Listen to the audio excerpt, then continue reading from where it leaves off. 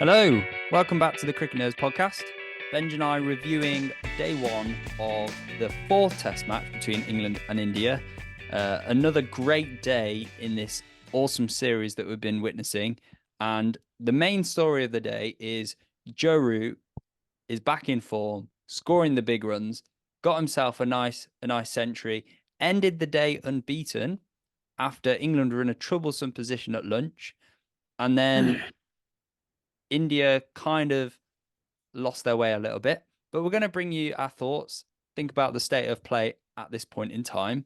But Benj, I want to talk to you firstly as the seam bowling expert amongst us. What you thought of Akash Deep's performance in the morning, because it was very impressive in my opinion. I was very pleased with India because they picked the exact 11 that I thought they'd pick. So I got my predictions correct on that front. But yeah, I mean, to take out that top three of England, who have been the real run scorers and the real danger men, really, in this side, was absolutely fantastic for Akash Deep today. I think it looked like with the new ball, he was nipping it around. I mean, the delivery that he used to get rid of Zach Crawley, bowl top of off stump. I mean, that was just beautiful.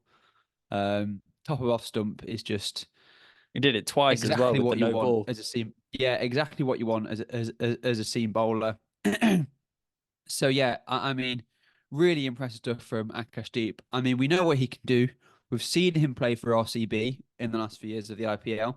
We've seen him in the Ranji Trophy. His stats speak for themselves, and yeah, he just looked a lot more sharp than Mukesh Kumar did. Yeah, for sure. And I think that England may only be on 302 for seven because Bumrah was rested, but Akash Deep fought very well today to restrict England, and yeah, he was really the only bowler that well, I think he shone particularly this morning, getting rid of the first getting rid of the top three. I think he definitely outshone Siraj this morning. Siraj, I think, had bowled less overs and had gone for about 7 over by the time he was off. Siraj obviously had a better back end of the day with his reverse swing, getting both the wickets of Folkes and Hartley. But yeah, I mean, what a start from Akash Deep. What a start to his Test career. And yeah, an exciting prospect as well, especially when you've got the likes of Shami, who's injured, and Bumrah, who's being managed. It's great for India to have this extra option. Yeah. It was obviously a very hard pitch to bat on early on. The when England started, the way it was nipping around, you were like, oh, any ball could have one of these batters' names on them. And I thought that's why the likes of Crawley and Bairstow were so positive in their approach, because you look at the dismissal to Ben Stokes, the ball just it was it barely went off the floor. Like it just skidded through. It was a pretty decent pitch ball. He played the ball the right way and it just skidded through. And there were lots of cracks on the pitch. And I thought the way Crawley played was very good. And I thought the way Bairstow played was very good. I wasn't so happy with Bairstow's dismissal, but he seemed more like his old self, which was nice to see. However, the pitch did get easier to bat on as it went through the day. Is I think it's going to be that classic in the morning session. That's where you have to make the most of your bowling. I think India will make the most of the new ball tomorrow morning and hopefully not let England score too many runs, because England have ended the day in quite a decent position, 302 for Yeah. seven. After what looked like 250 was probably a decent score, and it could have been over very quickly. So for England to get through to the end of day one unbeaten, I think that gives a lot of credit to how England's batters, A particularly lot. Folkes and Root, have gone.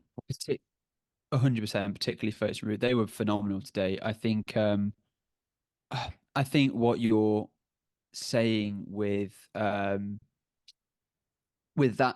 with that partnership from Folkes and Root was just so crucial today. And it's almost like they've been listening to all the podcasters and all the pundits and all the armchair critics in terms of, they the first hour after lunch was a period of incredible pressure from India. Like, I think Kuldeep was bowling well. Jadeja was bowling fantastically. Jadeja looked dangerous the whole way through, Got and very well. folks just gathered these runs, and Root was just soaking up that pressure. I mean, if you look at Joe Root today, he's got 106 off 226 balls. He's only hit 9 fours. Yeah. So in that just shows you how much Root has had to adapt and just has had to accumulate those runs and really soak up that pressure. Not very ball. I No. mean, there were some times of the day when they were going at sixes and over when they could, but there were times when they were just soaking that pressure. And I think Root today batted phenomenally and has really dragged England back into this game, and that Root innings, that 100 could well be the difference in this game. If England can get to, I don't know, 325, 330, even 350 tomorrow morning. Look, they've got 3 wickets left. They've got Root not out overnight. They've got Ollie Robinson, who has been who batted fantastically, mind you. Yeah. And they've got Bashir and Anderson who can slog for a second. I think with that, there's a chance that England could get to that 350. I think, as you say, it looks like the pitch got easier to bat on through the day, but I think that's more to do with the ball. Okay. When the ball wasn't as hard Yeah. in Yeah. those middle overs, Not as I think effective. that was because it was still misbehaving. I think there was still turn and bounce there for the spinners. I think Robinson and Anderson are going to be absolutely licking their lips for bowling with the new ball on that surface, especially if there's any form of cloud cover tomorrow, because Anderson will have it swinging around corners. So, yeah, I think England have just done really, really well. And I think, I mean, what did you think really of Root Century? You're the expert batter here, so we've talked a bit about it, but just how important was Mm. that knock? It was very important. In a way, the pitch and the way it was playing created the situation for Joe Root because we used to complaining over the last series, over this series about Joe Root's dismissals and how he's got out. But the way the surface was, you couldn't play the sweep shot because you didn't know how the ball was going to bounce or react off the surface. If it keeps low, you're out LBW playing the sweep shot. Also playing the ramp shot, it's the same thing. So the fact that he was just able to play late, play under his eyes, he's got the best technique in England. He's one of the best batsmen to ever play cricket. So the fact that he's just has to rely on his technique to survive. If any batsman's going to do it, Joe Root's one of them.